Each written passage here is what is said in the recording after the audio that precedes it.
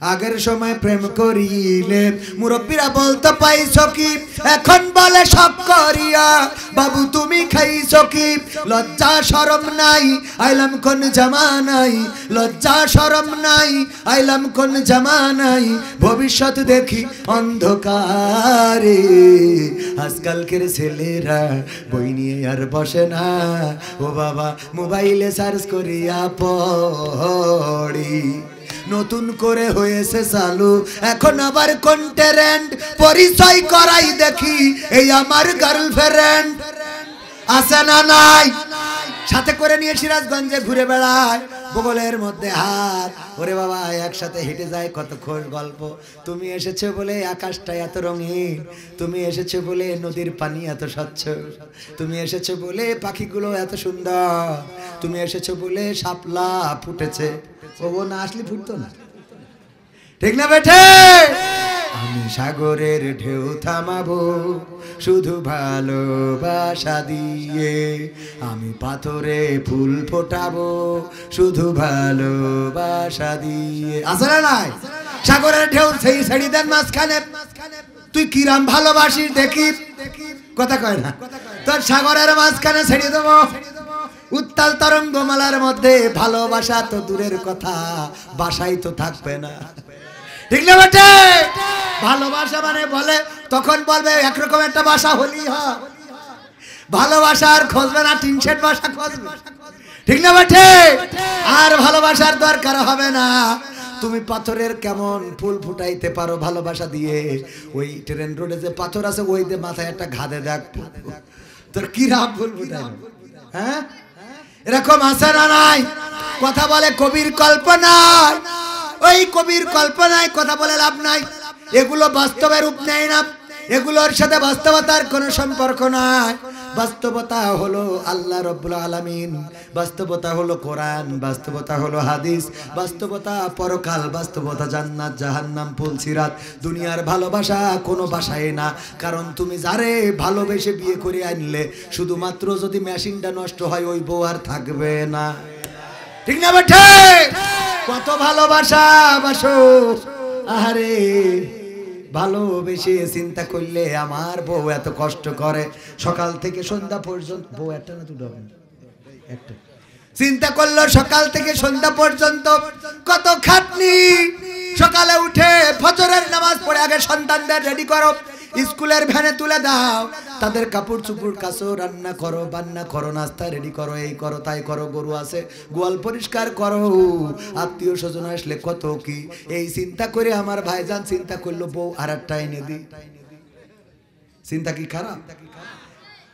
এখনকার সময় এই রিস্ক যদি কেউ নাই, আগের সময় তো ছিল অশান্তি হতো। আগের সময় কি হইতো, এক মুরব্বী শুনেছে যদি শুক্রবার জুম্মার দিন কেউ মসজিদে আগে যায় তাইলে একটা কবুল হজের সোয়াব পাবে। ও চিন্তা করলো আমি যেহেতু বুড়ো মানুষ, আমার এত টাকা নাই, আমার হজ করাও তো সম্ভব না, সুতরাং জুম্মার দিন আগে যাবো, যে মসজিদে একটা কবুল হজের সোয়াব আমল নামায় লিখে নেব। যে দেখে আর এক মুরব্বী বসা, চিন্তা করলো আজকে পাইনি অসুবিধা নেই, আগামী দিন পরের সপ্তাহের একটু সকাল করে গেছে, যে দেখে তাও সেই মুরব্বী বসা। এর পরের সপ্তাহে চিন্তা করলো আর একটু আগে করে যায়, যাওয়ার পরে দেখে তাও সেই মুরব্বী বসা, মিজাজটা গেছ খারাপ হয়ে, মুরব্বী তোমার বাড়ি কোনো কাজ কাম নেই, শুক্রবারে আসলেই তুমি আগে বসে থাকো কেন? সমস্যা কি? সমস্যা হলো আমি গরিব মানুষ, সিরাজগঞ্জের রাস্তার উপরে ভ্যান চালাই, রিক্সা চালাই, আমার দিয়ে তো হজ করা হবে না, এত টাকা আমার নাই। হুজুরের কাছে সেদিন জুমার বয়ানে শুনলাম যদি কেউ জুম্মার দিন প্রথমেই মসজিদে আসে আল্লাহ তার আমলনামায় একটা কবুল হজের সওয়াব লিখে দেয়। আমি এই চিন্তা করে 3 সপ্তাহ ধরে হাঁটতেছি, এখন পর্যন্ত কবুল হজের সওয়াব নিতে পারলাম না, সব তুমি নিয়ে বসে থাকো। বলছে তোমার কি খুবই দরকার? হ্যাঁ দরকার। তাইলে এক কাজ করো, দ্বিতীয় বিয়ে হজে যেহেতু যেতে পারবে না, টাকা নাই, আরেকটা নিকে কি করা যাবে, বিয়ে কি করা যাবে? এটা পারবা না, এটা হবে না, তাইলে আর একটা বিয়ে করো। কয়টা কবুল হজের দরকার সব পেয়ে যাবা। ওই মুরব্বী আর একটা বিয়ে করেছে, করার পরে পরের সপ্তাহে যেই মুরব্বী বসে থাকতো ও যেয়ে দেখে এই নতুন মুরব্বী বসা, এসে বলতেছে বাজার আজকে কি কুরবানি, আজকে কি কবুল হজের সওয়াবটা আমল নামায় পাওয়া গেছে নাকি? আচ্ছা বাপু করতে পারবো না। কেন বলতে পারবা না? কয় দুইটা বিয়ে করার পরে দুই বউয়ের এত গুতাগুতি যে সকালে ফজরে আসিছি আর এখনো বাড়ি যাইনি ভয়তে। এখনো ফজরে আসিছি দুই বউয়ের গুতাগুতির ঠেলা আর এখনো বাড়ি যায় নাই, একটানা বসে আছি এখনো মনে চাই না আর বাড়ি ফিরে যায়। ভাইরা আমার, আগের সময় দুইটা বিয়ে করলে অশান্তি হতো, এটা ঠিক, কিন্তু এখনকার সময় আরো মারাত্মক মারাত্মক মানবতা কোণে যেয়ে ঠেকেছে। যদি কেউ দুইটা বিয়ে করে, কয়েকদিন আগে দেখলাম এক হাফেজের ডাইরেক্ট গলা টিপে মারি ফেলেছে। চোখে পড়েছে না আপনাদের? দেখেছেন আপনারা? যদি চোখে না পড়ে অনলাইনে সার্চ করে দেখেন, হাফেজে কোরআন দ্বিতীয় বিয়ে করার কারণে বউ গলা টিপে মেরে ফেলেছে। এইটা তো গেল একরকম যে মরি গেছে বেশি গেছে, ঠিক না বেঠিক? আর একটা পত্রিকার নিউজ দেখলাম আর টিভি, সেই সাথে আবার জুনিয়র সাকিব খান বলে কিরা যেন আছে, দ্বিতীয় বিয়ে করার কারণে ডাইরেক্ট মেশিন কেটে নিয়ে বাড়ি চলে গেছে। তার মানে এইটা আরো বেকায়দা। মরি গেলি তো বেশি গেল, কিন্তু ওর বাসায় রেখেছে, ছটফট করবে, মারবে না। সাবধান থাকার দরকার আছে না নাই? সৌদি আরবে যদি কেউ বিয়ে করতে চায়, যদি যুবক হয়, যদি সে প্রথম বিয়ে করে, আমি এবার যে আমার বন্ধুদের কাছে শুনলাম, ওই মেয়ে জিজ্ঞাসা করে তোমার বিয়ে করার নিয়ত কয়টা? ও যদি বলে একটা, তাইলে বলে তোর সাথে আমি বিয়ে করব না। মেয়েরা কিরাম চিন্তা ভাবনা করতে পারেন? মেয়েরা বলে বিয়ে করবা কয়টা? কয় একটা। কয় তোর বিয়ে করতাম না। যে বলে বিয়ে করবা চারটা, কয় তাইলে আসো।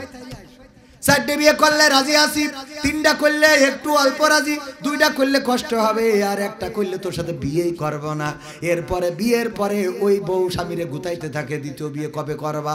তারপরে স্বামীরে সাজিয়ে গুজিয়ে সুন্দর করে, ওরে বাবা আলতা মেকআপ লাগায়ে তারপরে নিয়ে যেয়ে আর একটা বউর সাথে বিয়ে দিয়ে নিয়ে আসে। কি মজা না? কথা কয় না। আর আমাদের দেশে খারাপ কাজ করলে অসুবিধা নেই, কিন্তু বিয়ে করতে পারবা না। তুমি যদি ওর সাথে সিরাজগঞ্জে আবাসিক হোটেলে 2 রাত থাকতে, তাও কোনো দুঃখ ছিল না। তুমি বিয়ে করলে কি থেকে? ঠিক না বেঠিক? অন্যায় করলে অসুবিধা নেই, ন্যায় করলে সমস্যা, ঠিক না বেঠিক? ওগো আমার ভাইয়েরা, এখনো তো কত গান শোনানোর জন্য মনটা খালি ছটফট করে। আপনারা কি শুনবেন? কিন্তু কোরআনের কথা আমি ভালো বলতে পারি না, এখনো ভালো শিখি নাই, শিখতেছি। যদি আমি ভালো করে শিখতে পারি, আগামীতে এসে শোনাবো ইনশাআল্লাহ। কোরআনের ছাত্র অনেকেই বলে মুফাসসিরে কোরআন, আর আমি বলি আমি মুসাফিরে কোরআন। কিসে কোরআন? মুসাফিরে, কারণ আমি আসিছি দূর থেকে, মুসাফিরার সাথে একটা কোরআন আছে, তাই মুসাফিরে কোরআন। একজনের নাম আমাদের মাওলানা ফখরুদ্দিন সাহেব বলতেছে, একবার এক জায়গায় গেলাম, বলছে চলেন আলহাজের চার দোকানতে চা খেয়ে আসি। আমি গেলাম, যে দেখি আলহাজ যার বলা হচ্ছে সে আসলে ওই ধরনের লোক না, চায়ের দোকানদার। আর মানে এটা মানুষের বডি ল্যাঙ্গুয়েজ দেখলেও বোঝা যায় না যে এর দিয়ে কি হবে। দেখা যাচ্ছে যে ভ্যান চালক, সে কি করে আলহাজ হয়? আমি জিজ্ঞাসা করলাম, ভাই আপনি আলহাজ হইলেন কিভাবে? হজ করেছেন কবে? কোন সালে গিয়েছিলেন? মক্কায় মদিনায়? কয় হুজুর মাফ করবেন হুজুর, আসলে আমি আলহাজ না। আলহাজ না? তাহলে আলহাজ নাম হলো কি? বলছে হুজুর আমি আসলে জেল হজ। কি হজ? জেল হজ। কি করে জেল হজ? হুজুর আমি আগে গাঞ্জার ব্যবসা করতাম। কিসের ব্যবসা? গাঞ্জার ব্যবসা করতাম।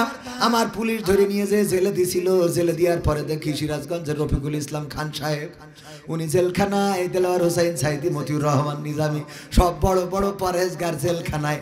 আমি চিন্তা করলাম আমি গাঞ্জা বেশি, আমার এর মধ্যে আনলো কেন? এখানে তো সব ভালো মানুষের জায়গা, ঠিক না বেঠিক? ওই জেলখানা হয়ে গিয়েছিল সব ভালো মানুষদের বসবাস। এই জন্য ওই ভালো মানুষদের সহচার্যে আমি নিজেরে তওবা করে নিলাম যে এই জেলখানায় যদি থাকতে হয় তাহলে আর গাঞ্জার ব্যবসা করা যাবে না, কারণ এখানে সব আল্লাহওয়ালা, ঠিক না বেঠিক? সব আল্লাহওয়ালা জেলখানায়। এই দেখার পরে আমি তওবা করলাম। আমি মামুনুল হককে দেখলাম জেলখানায়, আমির হামজা জেলখানায়, সাইদি জেলখানায়, এমনি ভাবে আলেম ওলামা সব জেলখানায়। তাই নিজের পরিবর্তন করে নিলাম। নেওয়ার পরে এই বাইরে বের হওয়ার পরে জামিনে মুক্তি পেয়েছি। এখন আর গাঞ্জার ব্যবসা করি নাই, চায়ের দোকানটা খুলেছি। এখন চা বেচে রিজিকটা চালায়। এই জন্য আমার যারা গাঞ্জার কাস্টমার ছিল ওরা আমার উপহাস করে নাম দিয়েছে আমি আলহাজ। আসলে আমি জেলহাজ। কথা কি বোঝা গেছে? নাম দিয়েছে কি হাজ, আলহাজ উপহাস করে। তেমনি ভাবে আমার যারা মুফাসসির বলেন, আসলে আমি মুফাসসির না। আমার যারা কোরআনের আলোচক বলেন, আমি কোরআনের আলোচক না।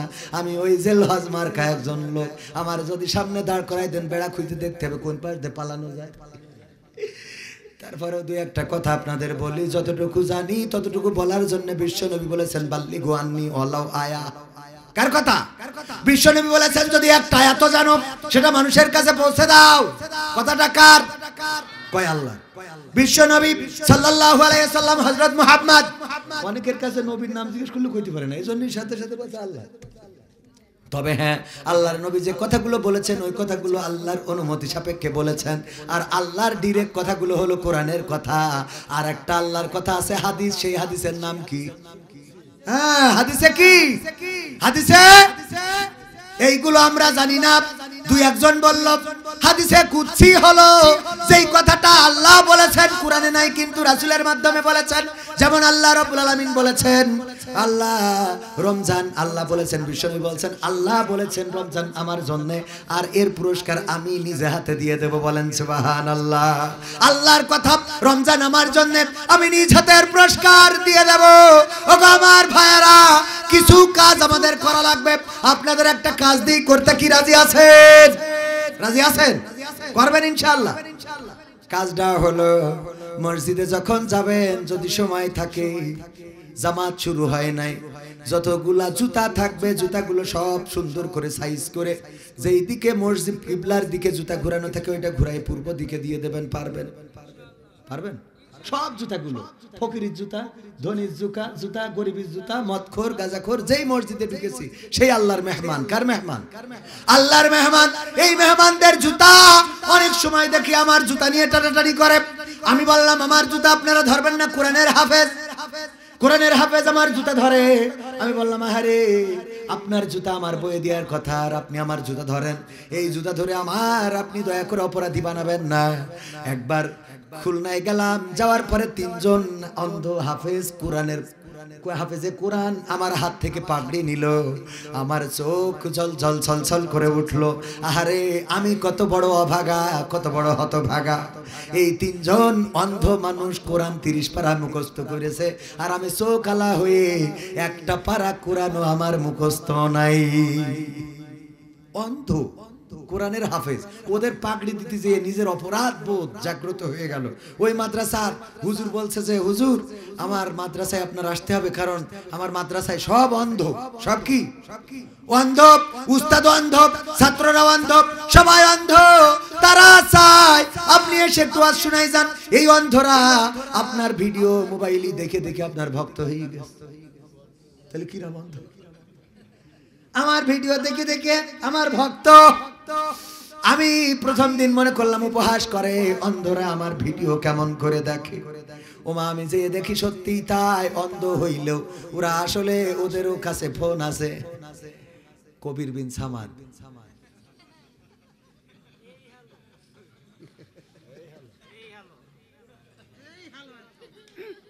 ভাই, আহা ওদের নলেজ আমাদের থেকে বেশি।